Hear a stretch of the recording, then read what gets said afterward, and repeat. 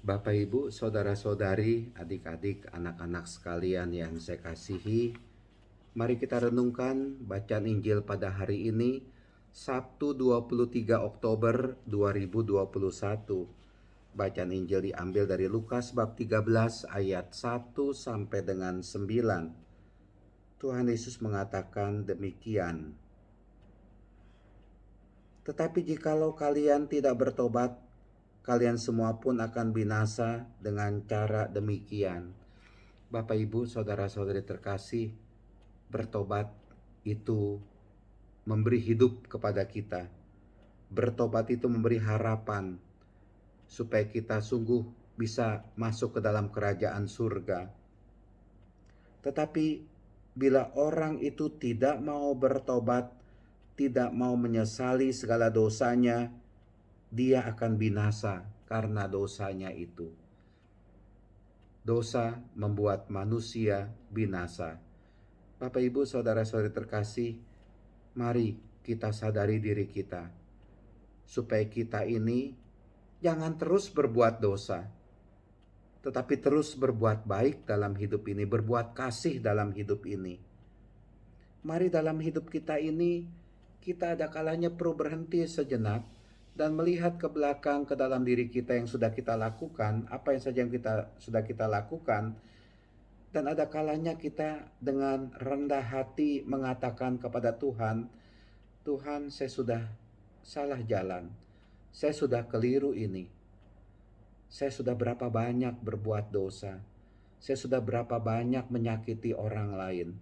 Saya sudah berapa banyak itu melakukan penipuan, penyelewengan, baik uang maupun juga menyeleweng terhadap istri saya, terhadap suami saya. Berapa banyak saya sudah tidak setia dalam hidup berumah tangga. Dan berbagai macam hal yang bisa kita renungkan yang berkaitan erat dengan dosa. Enggak apa-apa, kita perlu merenungkan itu. Dan yang penting adalah membuat kita bertobat, ya, bertobat supaya kita memperoleh hidup itu. Karena dengan bertobat maka kita dilepas dari kebinasaan. Maka dari itu Bapak Ibu, luangkan waktu untuk Anda dan melihat perjalanan hidup kita ini. Kita sudah bertobat atau belum? Ya benar, bertobat itu berarti kita mengakui dosa-dosa kita, mengaku dosa, menerima sakramen pengakuan dosa, itu benar. Tapi yang menjadi pertanyaan adalah kita sungguh bertobat atau belum? Kalau seandainya saya melakukan dosa, mencuri misalkan saja, saya mengaku dosa.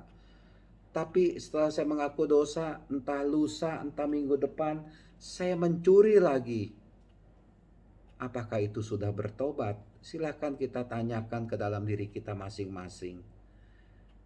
Anda yang melakukan penipuan, kerap kali suka menipu orang, yang mengaku dosa Anda menipu, tapi setelah mengaku dosa, beberapa saat kemudian Anda menipu orang lain lagi. Apakah itu Anda sudah bertobat? Anda bertobat atau mengaku dosa itu ya selingkuh atau melakukan perbuatan yang melanggar kesetiaan terhadap istri, terhadap suami. Tapi setelah mengaku dosa keluar lalu melakukan hal itu lagi, nyeleweng lagi. Pertanyaannya adalah, apakah Anda sungguh sudah bertobat? Saya hanya mau mengatakan demikian, mumpung kita ini masih hidup, masih diberi kesempatan, bertobatlah supaya kita ini tidak binasa. Semoga kita punya semangat untuk bertobat dan Tuhan menerima kita sebagai orang yang bersih dan terus-menerus menjaga diri untuk jauh dari dosa tetapi mendekatkan diri kepada Tuhan. Tuhan memberkati, melindungi kita semua. Amin.